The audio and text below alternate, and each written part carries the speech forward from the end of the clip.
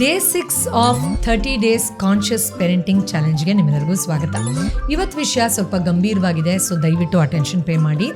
Usually ಮಗು ವಿಚಿತ್ರವಾದ ಸಿಂಪ್ಟಮ್ಸ್ನ throw ಮಾಡ್ತಾ ಇದ್ರೆ, ಅಂದರೆ ತಲೆನ ಗೋಡೆಗೆ ಚುಚ್ಕೊಳ್ಳೋದು, ವಿಪರೀತವಾಗಿ ಉಗುರು ಕಡಿಯೋದು, ಅಥವಾ ವಿಚಿತ್ರವಾಗಿ ಏನೋ ಜರ್ಕ್ಸ್ ಬರೋ ಥರ ಆಡೋದು, ವಿಪರೀತ ಅಗ್ರೆಸಿವ್ ಆಗೋದು, ಇದೆಲ್ಲ ಮಾಡ್ತಾ ಇದ್ರೆ ಏನಾಯ್ತು ಇದಕ್ಕೆ, ಎಲ್ಲ ಕರೆಕ್ಟಾಗೇ ಮಾಡ್ತಾ ಇದ್ದೀವಲ್ಲ, ಏನು ಈ ಥರ ವಿಚಿತ್ರವಾಗಿ ಆಡ್ತಾ ಇದೆ ಅಂತ ತಲೆ ಕೆಡಿಸ್ಕೊಳ್ತಾರೆ. ಬಟ್ ವ್ಯಾಲಿಡ್ ಮೆಡಿಕಲ್ ಪ್ರೂಫೋ ಅಥವಾ ಏನೋ ಕಾಯಿಲೆ ಬಂದಿರೋ ಥರನೂ ಕಂಡು ಬರಲ್ಲ.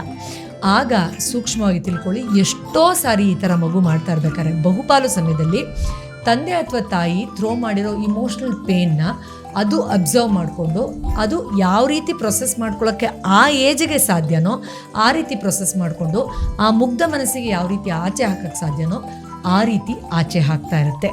ಹಾಗಂದರೆ ಏನು, ಇನ್ನೂ ಡೀಟೇಲ್ ಆಗಿ ನಮ್ಮ ಫ್ರೀ ವೆಬಿನಾರಲ್ಲಿ, ಪೇರೆಂಟಿಂಗ್ ಫ್ರೀ ವೆಬಿನಾರ್ ಟಿಪ್ಸಲ್ಲಿ ನೋಡ್ಬೋದು. QR ಕೋಡ್ನ ಸ್ಕ್ಯಾನ್ ಮಾಡಿ. ಸೊ ನೀವು ಗೋಳಾಡಿ ಕಿರ್ಚಾಡಿರೋ ಇಮೋಷನ್ನ ಮಗು ಅಳೋ ಥರನೋ, ತನ್ನ ದೇಹನ ಕಚ್ಕೊಳ್ಳೋ ಥರನೋ, ಗೋಳಾಡೋ ಥರನೋ ಹೊರಗಡೆ ಹಾಕ್ತಾ ಇರ್ಬೋದು. ಸೂಕ್ಷ್ಮವಾಗಿ ತಿಳ್ಕೊಳ್ಳಿ ಪ್ಲೀಸ್.